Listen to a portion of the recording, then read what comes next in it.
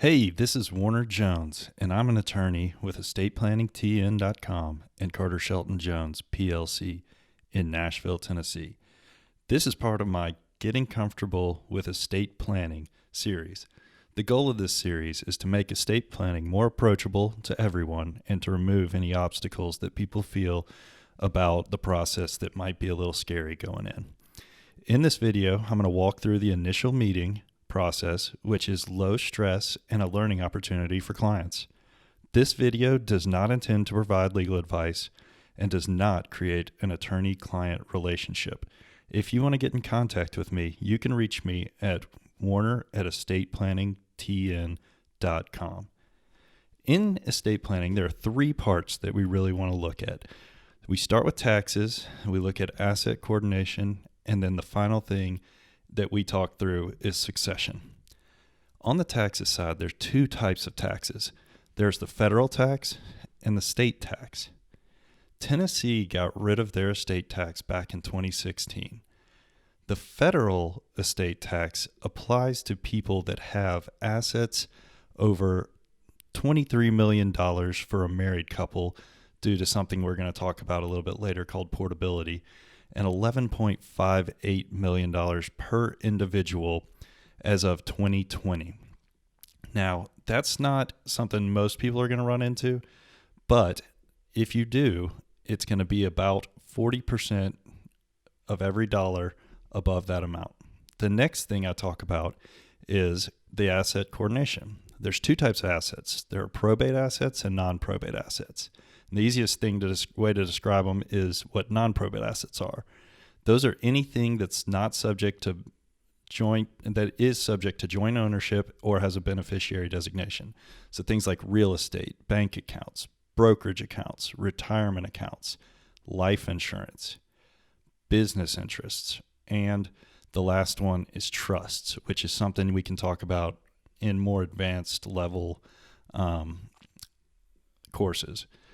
Now, on the probate side, probate literally means to prove a will. And so most of the wills we do on the simple side are just I love you wills, which on that first two bubbles, those are spouse 1 and 2. If anything happens to one, everything goes to the other.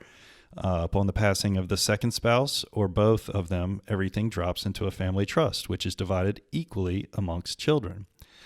We use a beneficiary-controlled trust that would come into existence upon the passing of the surviving spouse, and it would stay there with a third-party trustee in control until each child reaches 30, which is an age that most people are comfortable with.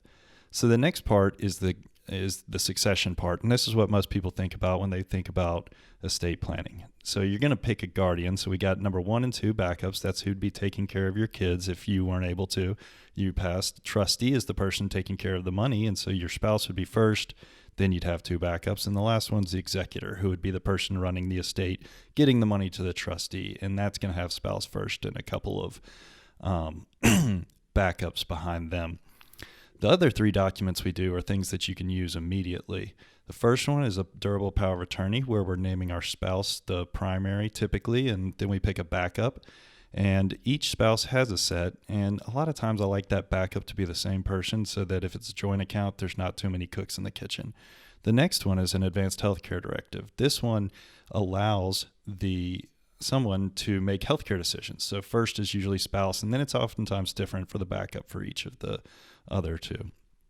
The living will is just a document that tells the person with the advanced healthcare directive what they'd want in an end-of-life situation. So do they want to stay on life support or not? And then what do they want to do as far as organ donation? Everything, solid organs, or nothing. And the last thing is we pick in a disaster clause where we basically say, if anything happens to everybody, including kids and grandkids, then it's just going to go to half to husband's family, half to the wife's family, or we pick a percentage of where everything goes. The next thing I do is I'll go ahead and get a spreadsheet of assets, just so I make sure I get that coordination going correctly. So the first thing is the real estate side. We want to make sure that all pieces of real estate are joint so that we don't have to open an estate to get to that property for a surviving spouse. The next thing are bank accounts. Now I'm really trying to tease out every single account that could possibly be out there. College accounts, online savings, Bitcoin, anything. I'm just trying to find it and make sure that we can get it joint or payable on death on that end. The next part is brokerage accounts. Brokerage accounts are the same thing. They're a taxable account, and we want to make sure that they're payable on death, transfer on death, or joint, so that no estate has to be open for a surviving spouse. Next are retirement accounts. And both spouses usually have them, and we can talk through designations on there, but we want to make sure that we get all work and personal accounts on there so that we know where they are, so we can hit those when we're doing coordination and when you're doing coordination. Life insurance is the same thing. We just want to make sure we know about the work policies, the personal policies, whether they're permanent policies or term policies.